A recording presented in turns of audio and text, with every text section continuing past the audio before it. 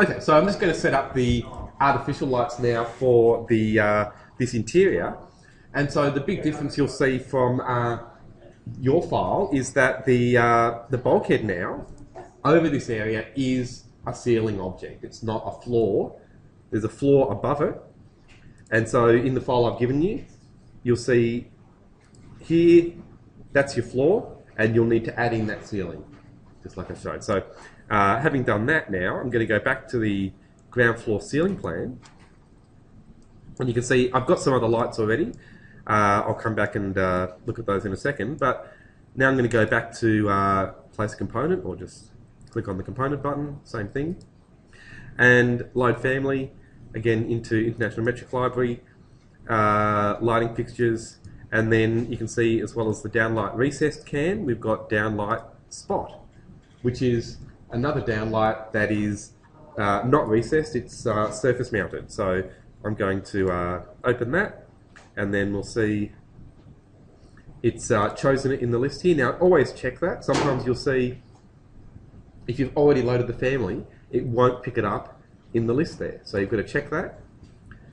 And so I'm going to place a few here. Now,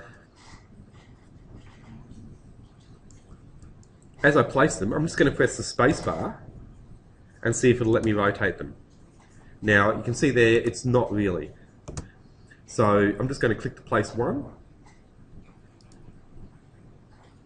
And then I'm going to press escape a couple of times so I can come back and select that and then try rotating it manually.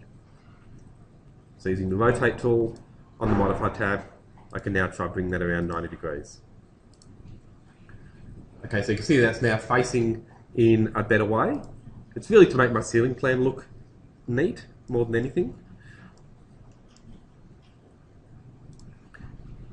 Okay, so I've got that light there. I might go into a perspective view just to show it to you.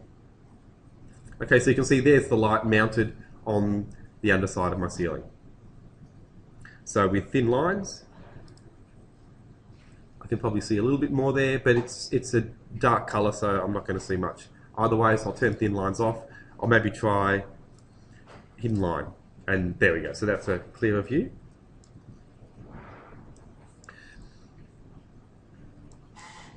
Okay, so I can go ahead now and in the ground floor ceiling plan again, copy these lights. So I'm going to select one of them, and then using the copy tool, I can just pick that up and then click to one side, keep copying it like that.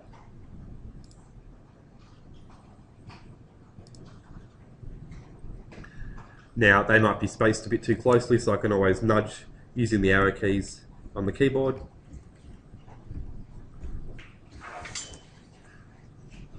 And then just try and get them to be even.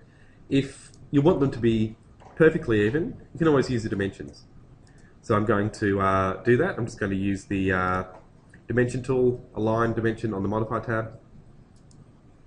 And I'm going to measure using the alignment line. So you'll see inside that light is a center line. Okay, so by picking that in each of these lights, I can center them relative to each other. So I'm going to, there we go, just pick the last one, placing it to one side, and then equals, make sure they're spaced evenly. You can see it didn't move much because I was pretty close to having them evenly spaced anyway. Okay, so then just going back to the lights again, so I'm going to click on, again, place component. You can see then that the downlight spot actually has some different options for different angles. So instead of the 90-degree tilt, I can go with the 75 or the 60-degree tilt. So I'm going to go for the 60-degree. And I'm going to place some over on the edge of this bulkhead that are going to be angled towards this wall over here.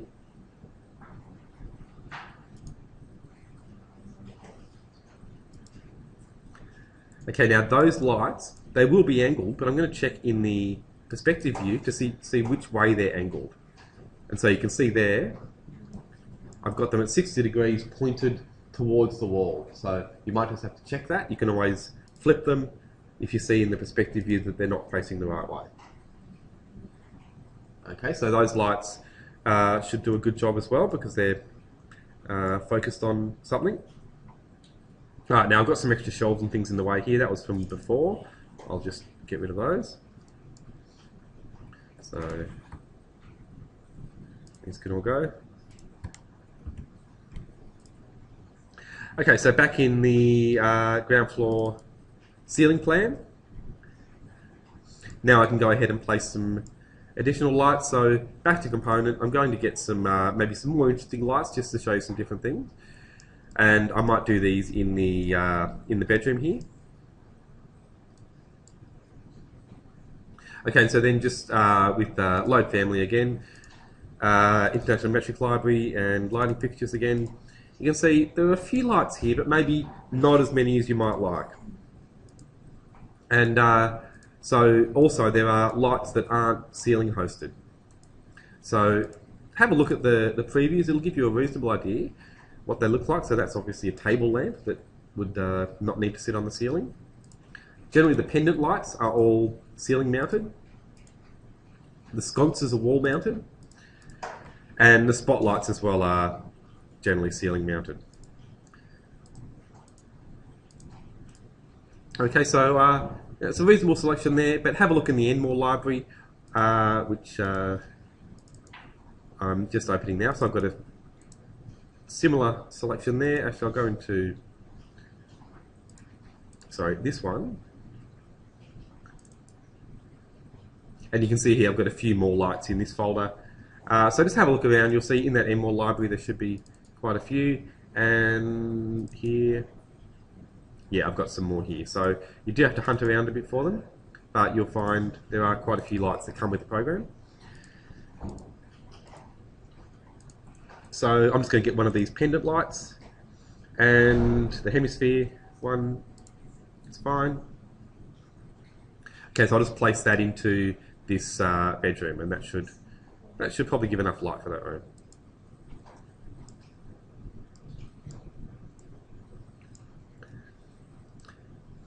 Okay, so I might just go ahead and put in a few more downlights. So back to the Home tab, component. Because I've loaded these downlights already, I don't need to browse to find them. In the list here, I can scroll and find any previously loaded families. So it's really important to remember that. And there's my recessed downlights. So I'm going to place a couple more in the corridor there.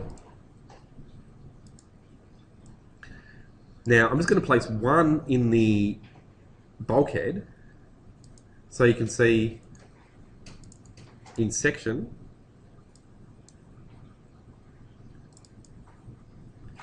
what that looks like. So you can see there are my spotlights. They're fine, they're under the ceiling. I'm going to go to wireframe here and I'm going to turn it to fine as well, just so you can see inside my ceiling and see that light that I just placed. So remember before I said you've got to have enough room for the light within your ceiling structure. If it goes into the floor structure, it's going to block the light. And the light bulb, if you're wondering, is, so it's up here somewhere, so that's going to be blocked by the floor. So there are ways around it. If you have to build it like this, you can allow for the joists and get the lighting up inside joists. So if you have to make it that tight, you can, but then you've got to let Revit know as well, and there are ways of doing that. But you know, it's easier if you could just avoid those problems. So there, I just wouldn't use downlights if possible, and or I wouldn't use recessed downlights. So I'm going to delete that one, and instead stick with the surface-mounted spots like this one here. And again, just in the perspective view, so you can see. Okay, so I've got all of these sitting below that ceiling.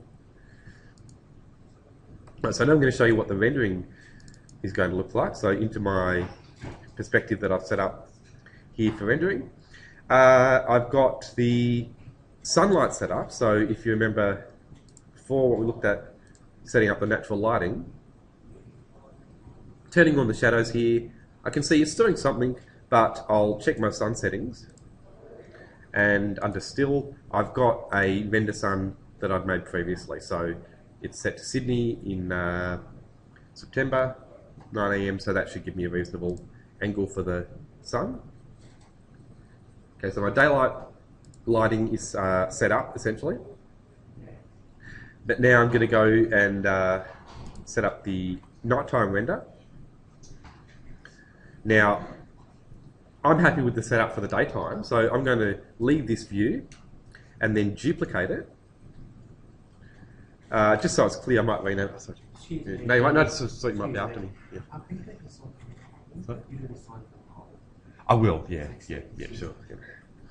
Okay, so I'll rename this and I'll call it maybe living area daytime. Okay, so that render is set up there. I can go into my render dialog at any time, put in whatever settings I like, medium or any other quality, check the lighting scheme, so it should be interior artificial only. Interior sun only, just so it renders a bit more quickly, I'll set that to low actually, and that's done. So I'm just going to hit render.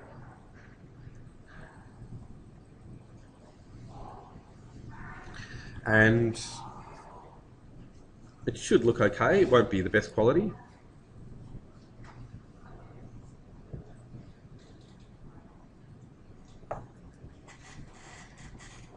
So it's usually a good idea to do this before you go to do your artificial lights. Because this way you know that the render settings in general are working and that your materials are coming through the way you want them to. So it might look quite contrasty, but that's okay. I can fine tune that with the exposure in a minute.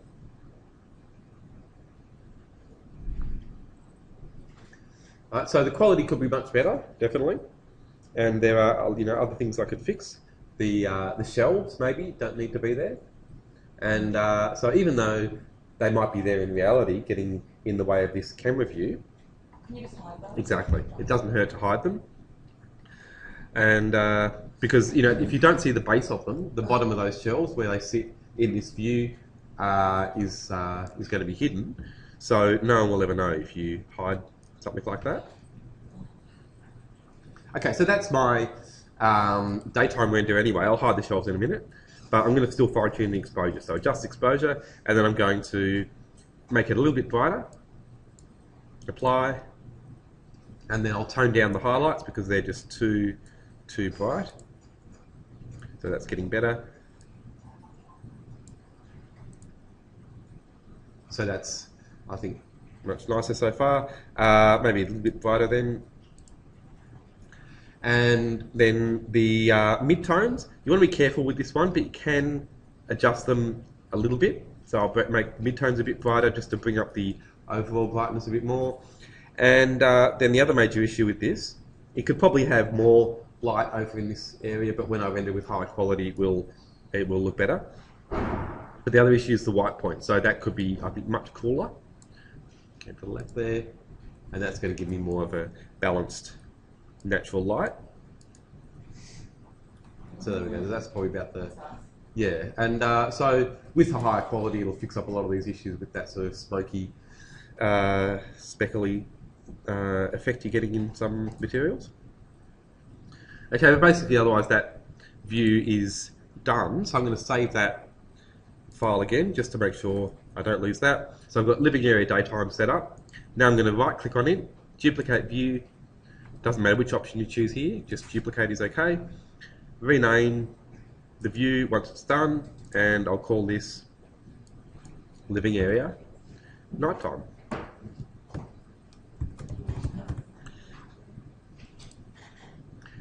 Okay, so now all I need to change in the sun settings, also the shadows, I can just turn shadows off, I don't need shadows in this view at all. And then in the render setup, I'm going to change it to interior artificial only. And then I'm just going to render again.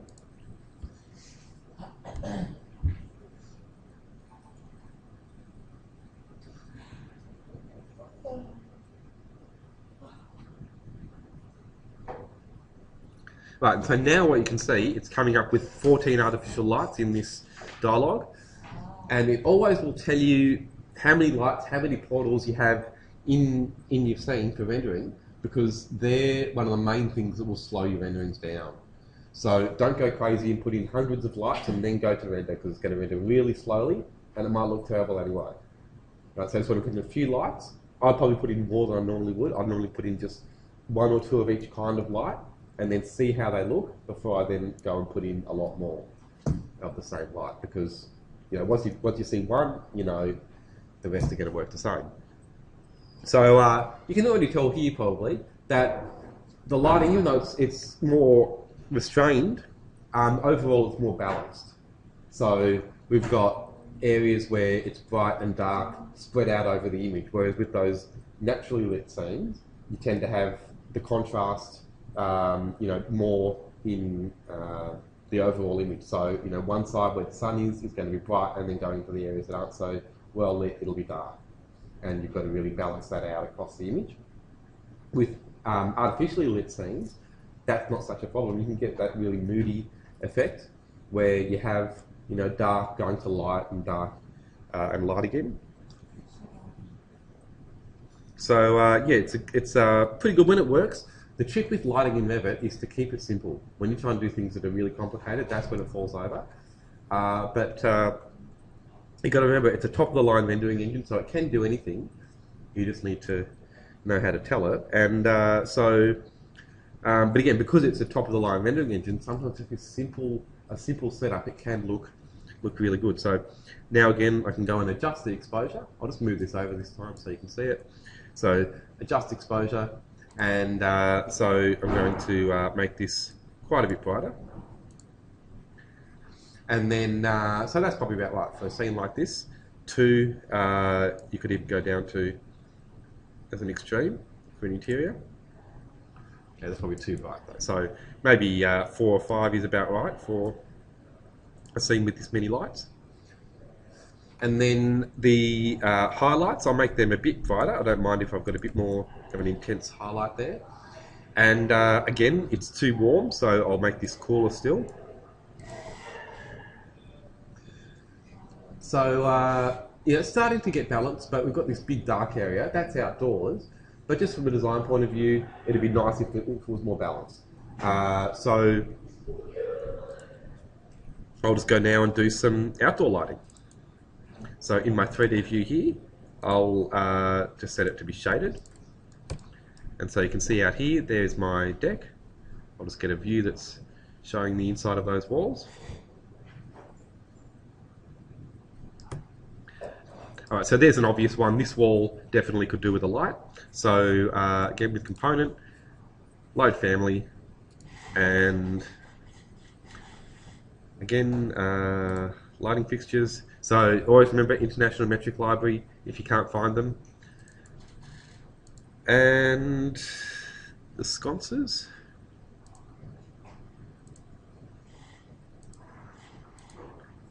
So I'm happy with the flat round, I think. Yeah, that might do. So the sphere even is fine, I think. So I'll just choose that. And so you can see these will go into a wall. So there you can see it's a bit big, unfortunately. So I'm going to try a different one.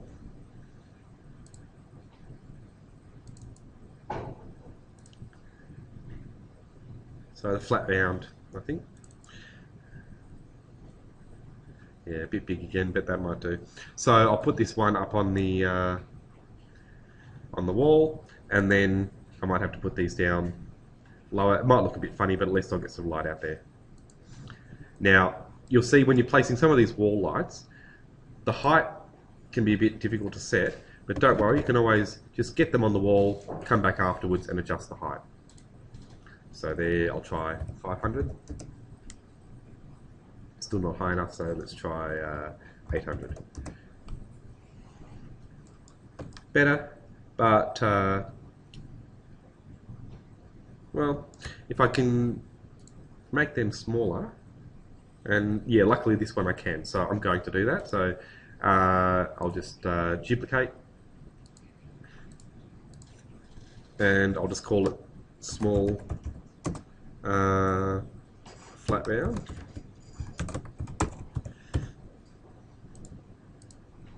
Okay, so I'm going to change the radius there. I'll just make it 100. There we go. So I've got that. That's more what I'm after, and I can change this one to match it. So you can see there my new type in the list. And back to plan now. I could copy that new light. So, oh, sorry, I've already placed this one. I'm just going to change it. So this is 800, so I can just select my other light and match those properties. So again, small flat round for the type, and then 800 for the elevation. So back in my perspective view, oh, so I'll put some more along here, sorry. I'll just do the same thing on this wall.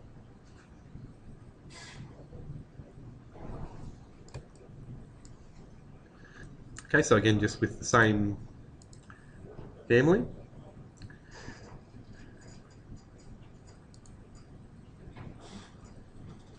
Small flat round, and again, just getting it onto the wall to begin with, worrying about the height afterwards.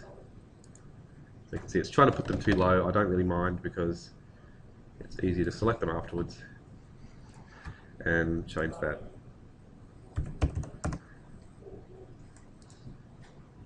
Okay, so that's about right. I think maybe they could be spaced a bit better, but I'll live with it. Okay, so now I'll go back into my living area nighttime and just render again.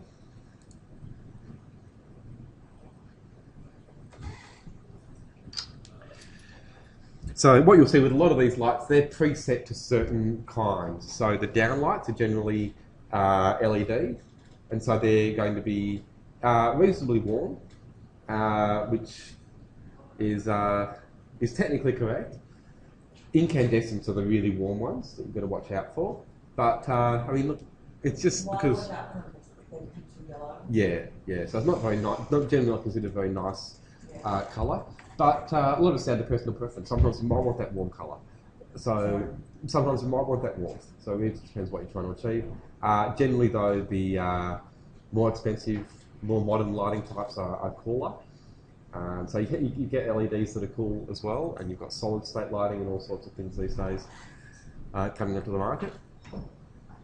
So don't go crazy learning about all the lights that they're selling now, because like me, you'll find that all of the ones that they're selling at the moment, they won't be selling in a few years. So all the lights I learned about a few years ago, you can't even buy anymore because it's all changed with all the energy efficiency and everything. And it's an interesting area though, because with solid state lighting, apparently it's all going to change completely again, but it will stay like that. Once it changes over to solid state, then it should stay for a while at least anyway, with that same kind of lighting. So if you don't know what I'm talking about, solid state lighting is having a piece of plastic that lights up. Instead of having a filament in a bulb that's got all this power running through it and creating all sorts of heat to create the light, it's directly illuminating the material. And it's when you think about it, got huge potential in terms of design, because not only will it change the light fixtures themselves, but you can have a piece of furniture that is a light source. Yeah. Well, they will, but I'd say the way that a normal LED light will be made in the future will be different. So once they get the proper solid state, rather than a light emitting diode that is a separate little thing, then, well, look, I'm just telling you what my electrical engineering friends tell me, but I've spoken to more designers over the last few years who've been hearing about it as well, lighting designers. So here we go. So you can see now that's starting to come together, and lighting's looking fairly balanced. So by setting up the exposure for the previous render, as I go and add more lights, you can see the exposure's already done. I might need to still tweak it, but it's starting to all come together. And as you start rendering with those lights, then you'll see areas where you need to add lights, rather than trying to plan it out in your head in advance, because lighting is one of those things your eyes can tell when you see it, but if you try and in advance go, okay, that area is going to be dark, so I'll put some extra lights in there, or that area isn't, you won't really know sometimes until you render if that's true or not. So, out here it's much easier just to wait until I render and then put in enough light so that outdoor area looks balanced with everything in the interior. So, look, it'd be nice if we could see some lights out there, but even without the light sources themselves, it's much better being able to at least see something out there. And again, that's just on low quality. So when that's rendered high, a lot of these areas that look unbalanced will be more balanced as well. So, like I said, I did want to show you just briefly where you can adjust those values, like the Kelvin and things like that. So I'll just show you that quickly. Right, so with any light, if you want to change things like the intensity or the color, it's in the light settings in edit type. You've got the photometric. So in that area, you set all of those things to do with the way the light is emitted. And so don't worry about the light loss factor. You should never need to change that. Okay, so just avoid doing anything there unless you are already an expert in lighting. The initial intensity is your main brightness. Now, you're probably used to doing it in watts because that's what everyone buys, light bulbs with a wattage. Just start thinking about other units because you might not know it, but watts are a really bad way of specifying your brightness of a light. Because it's actually the power consumption that it specifies, and so there are really inefficient lights that have a high wattage but not much light, and then other lights that are very efficient with low wattage but still very bright. So yeah, just think about those things. That's why you put the efficiency there as well. So you'll find later on when you do lighting that normally lighting is specified with units like this, lumens or candelas, 2 common units, or lux is another one. Okay, so you've got those different units which you can use as well. Or if you want to, you can use watts. So for now, it's okay to use watts as long as you're aware of its limitations. So if I made this 200 watts, it would basically be twice as bright. I don't want that. I want it to be maybe, I'm going to go 150 because I don't want to make it have a different brightness, just so you can see that. And then that's going to change, remember, all of these lights. So there are quite a few that I've made that are all the same type, 203 mil incandescent, 277 volt. So every light that is that type will change now to a 150 watt. And then you've got the colour. So notice how here, it's only 2800 K, 2800 Kelvin, which is basically an incandescent. So even though it's an LED, it's meant to be an LED, it's using that colour. So until you get used to using Kelvin values, you can just use the presets here. And that's a really good way of learning them actually. So you've got your fluorescents, which do vary actually, but generally a fairly cool light. And you can see then it'll show you a little swatch, just so you can see the colour. So that's a much lighter orange. And then you get up to your high pressure sodiums and things like that, which are going to be almost, oh no, that's a low pressure sodium. The high pressure sodium should be, oh no, they're quite warm as well actually. So I'm thinking of the mercury. So high pressure mercury. What's got that? High pressure mercury, come on.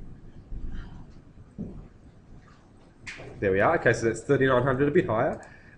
Let's see if we can find a really high one. So metal halide, that should be fairly neutral actually, but probably on the high-ish side. Yeah, 4000. And so let's see, quartz and xenon. Xenon. 6000. Okay, so that's a really cool light. Okay, so if you want that really blue sort of light, even though it looks white here, it's going to give you a really cool look. So I might just change it to that, just so you can see the difference. And then now, if you want to set a colour, a specific colour, that's when you use filters.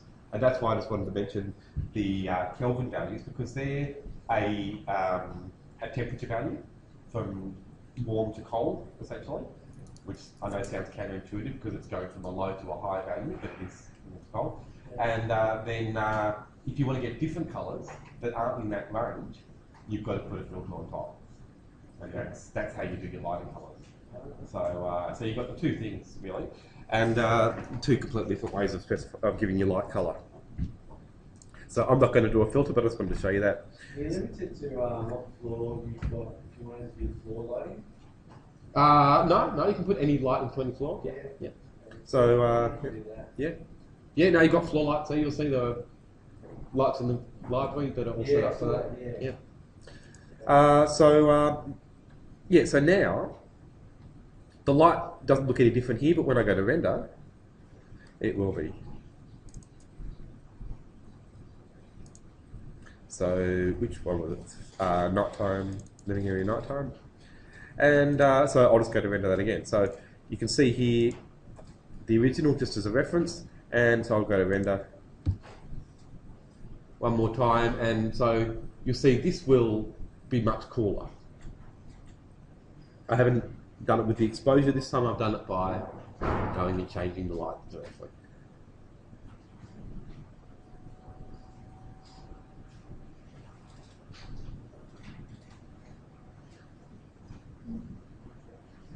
So I'll just pause that video.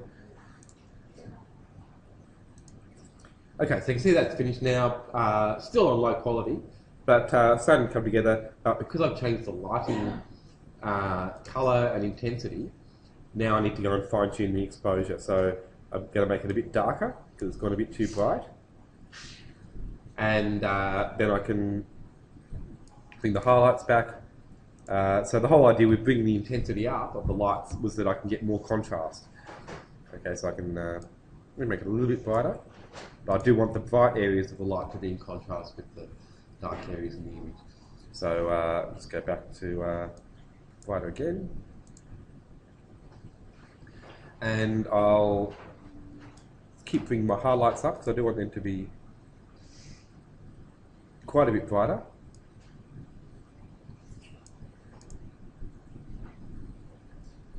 And then, the midtones. So the midtones are still too high, so I want to make them darker. There we go. So I'm starting to get that real contrast that I'm after now. I want the midtones to be maybe not quite that dark. That's getting there. Okay, so I'm starting to get a lot more contrast. But a lot of these things are down to your own judgment. So there, again, I can make it a bit cooler.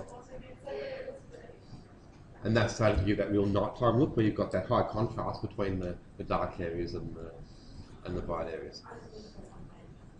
So yeah, lots of things you can experiment with there. I'll maybe...